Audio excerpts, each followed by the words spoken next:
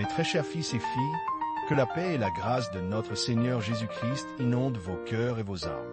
Je suis le pape Léon XIV, et c'est avec une joie profonde et une prière silencieuse que je m'adresse à vous aujourd'hui. Avant que nous ne nous plongions dans la contemplation de la Sainte Parole, je vous invite, si ce message résonne en vous, à laisser un j'aime sur cette vidéo et à vous abonner à notre humble canal. Ainsi, ensemble, nous pourrons étendre le manteau de la foi et de l'espérance à travers le monde numérique. Que Dieu vous bénisse pour votre générosité de cœur. Mon fils, ma fille, je ressens votre épuisement. Dans le silence de mes propres prières, je perçois les fardeaux que vous portez, cette lassitude profonde qui vient de la lutte incessante, de ces batailles que vous avez l'impression de mener seul.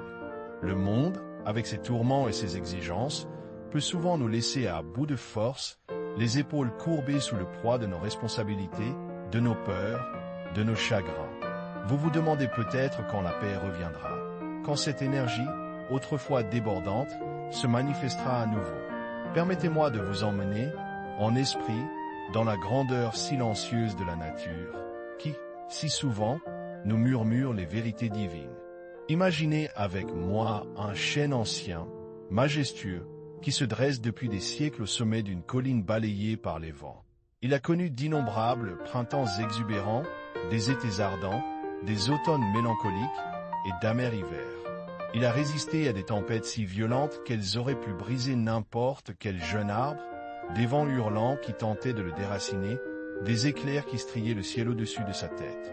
À maintes reprises, il a dû faire face à l'assaut implacable des éléments, et pourtant, il demeure un symbole inébranlable de force et de résilience. Regardez-le bien, non pas ses branches tordues par le vent, non pas son écorce rugueuse marquée par le temps, mais imaginez ce qui le maintient debout. Ce sont ses racines, mes enfants, des racines profondes et puissantes qui s'enfoncent loin dans la terre nourricière. Elles sont le fondement invisible de sa force, le secret de sa persévérance. Lorsque la tempête fait rage, ce n'est pas la rigidité de son tronc qui le sauve, mais la souplesse de ses branches et la solidité de ses ancres souterraines.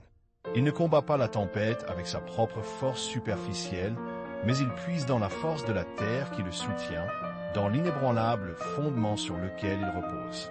Ainsi en est-il de vous, mes chers. Lorsque vous vous sentez exténué, lorsque la solitude de la bataille vous accable, lorsque vous avez l'impression que vos propres forces sont sur le point de vous abandonner, c'est le moment de vous rappeler de vos racines spirituelles. Ces racines sont votre foi inébranlable, votre connexion profonde et intime avec le divin, avec le Christ, avec le Père éternel qui est la source de toute vie et de toute résilience.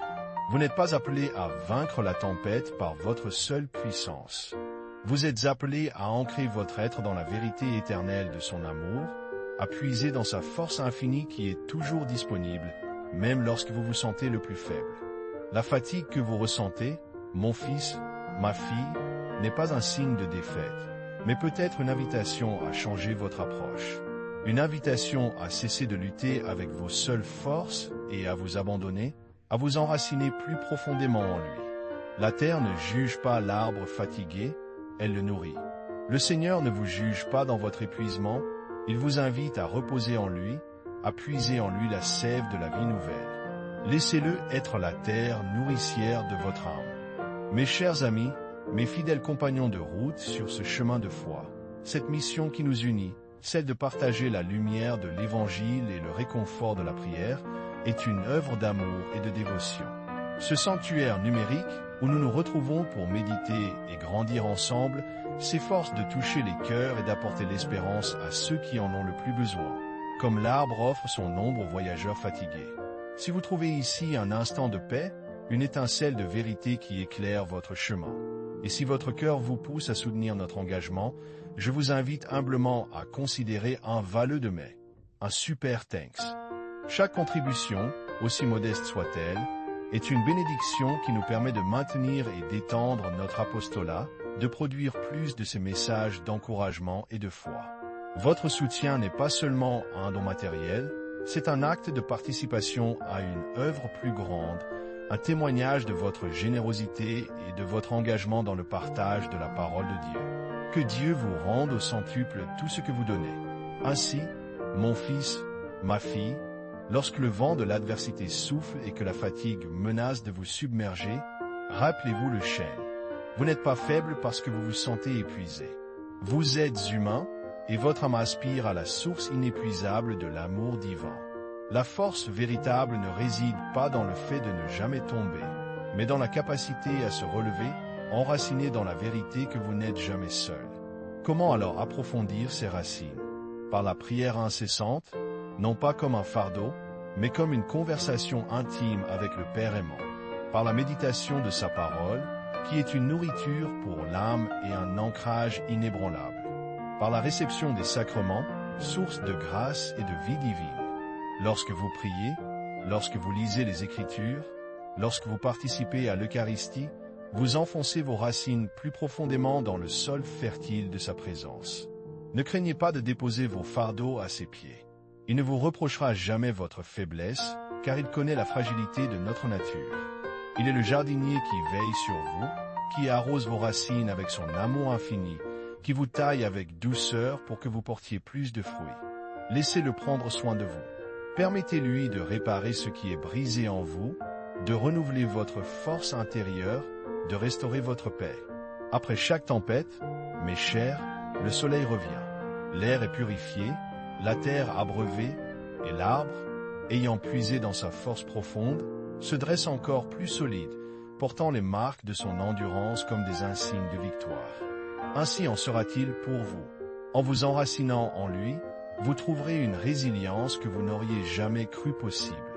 Votre épuisement se transformera en un doux repos, votre solitude en une communion profonde avec celui qui vous aime plus que tout. N'ayez pas peur de vous reposer en lui, de puiser en lui la sève de la vie. Mes chers fils et filles, que la grâce de notre Seigneur Jésus-Christ, l'amour inconditionnel de Dieu le Père, et la douce communion du Saint-Esprit soient avec vous tous, vous fortifiant dans votre marche quotidienne, vous enracinant dans sa paix. Je vous bénis de tout mon cœur. Et maintenant, pour que cette vérité s'ancre profondément dans votre âme, pour que ce message devienne une partie vivante de votre être, je vous invite à laisser un commentaire ci-dessous, en écrivant ces mots, comme une prière, comme une déclaration de foi, comme un rappel constant. Mes racines sont en lui, et je ne suis jamais seul. Répétez-les, portez-les dans votre cœur. Que ces mots soient votre refuge dans les moments d'épuisement. Que Dieu vous garde et vous protège. Amen.